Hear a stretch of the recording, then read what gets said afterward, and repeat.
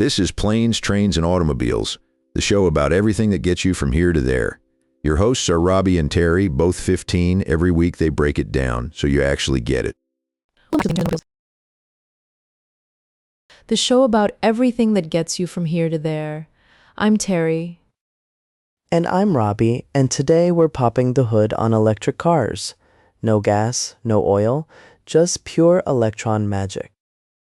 Which sounds like a fantasy, but there are now over 40 million electric vehicles on roads worldwide, so the magic is very real. Right? And the first thing people ask is, okay, where's the engine? And the answer is, there kind of isn't one. Instead, you've got an electric motor, which is a completely different beast. It uses magnets and electricity to spin a shaft. Magnets doing the heavy lifting. My refrigerator door and a Tesla have more in common than I thought. The basic idea is electromagnetism. Run current through a coil near a magnet and you get rotational force, which engineers call torque. Torque is basically twist power, and electric motors produce maximum torque instantly from a dead stop. That's why electric cars feel like they launch when you hit the accelerator, no waiting for an engine to rev up. Gas engines need to climb through their power band, but an electric motor is just, bam, full force immediately. So where does the electricity come from? A big battery pack, usually mounted flat under the floor of the car. That placement is actually genius. It keeps the center of gravity low, so the car handles better. The battery is made of thousands of individual lithium-ion cells, similar to what's in your phone, but way, way bigger. A typical electric car battery holds somewhere around 60 to 100 kilowatt hours of energy. Think of it like a giant rechargeable flashlight. A kilowatt hour is just a unit of energy, 1 kilowatt of power running for 1 hour. Very handy once you get used to it. And that battery can push most electric cars about 250 to 300 miles on a single charge, depending on how you drive. Drive fast on the highway, range drops. Drive smooth in the city, regenerative braking actually gives you energy back. Wait, regenerative braking is my favorite part. Explain it for the people who haven't heard. When you lift off the accelerator, the motor runs backwards as a generator, converting your car's motion back into electricity. So slowing down literally charges your battery. Your brakes become tiny power plants. That's honestly wild.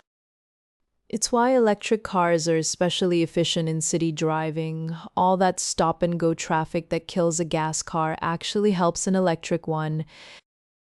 Meanwhile, my uncle's old truck just burns extra fuel idling at every red light, heartbreaking. Now, charging, there are 3 levels. Level 1 is a regular household outlet, which is slow, like adding about 4 miles per hour.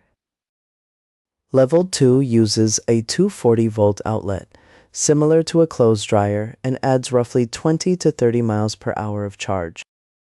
Level 3 is DC fast charging, what you find at highway stations and can add about 150 miles in around 20 minutes. That speed improvement between level 1 and level 3 is genuinely staggering when you think about it. The electricity coming from the grid is alternating current, but batteries store direct current, so every car has a converter built in. The onboard charger handles levels 1 and 2, but DC fast chargers bypass it entirely and push power straight into the battery. Which is why fast charging is fast. You skip the middleman. Now the battery management system, or BMS, is basically the brain that watches every single cell to keep temperatures and voltages safe. It prevents overcharging, overheating, and deep discharge because lithium-ion cells are powerful but do not appreciate being mistreated. The BMS also helps decide how much power the motor gets, so you don't accidentally drain everything in one dramatic launch. Thermal management matters too. Cold batteries lose range and hot batteries degrade faster, so most cars actively heat and cool the pack. Some use liquid cooling loops running through the battery, just like a radiator cools an engine. Old problems, clever new solutions. And the motor itself has almost no moving parts compared to an internal combustion engine, which has hundreds of precisely timed explosions per minute. Hundreds of tiny explosions. That's actually how we've been getting around for over 100 years. Electric suddenly sounds very calm. Fewer moving parts means less maintenance, no oil changes, no spark plugs, no timing belts, no exhaust system. The main things you still replace are tires, brake pads less often thanks to region braking, and eventually the battery itself. Battery longevity keeps improving. Modern packs are designed to retain about 80% capacity after roughly 150,000 miles. Which for most people is the entire life of the car. So the electric future is looking pretty solid mechanically speaking. Motors, batteries, power electronics, smart software, that's really the whole system. Elegant compared to a century of combustion engineering. And none of it requires a single controlled explosion.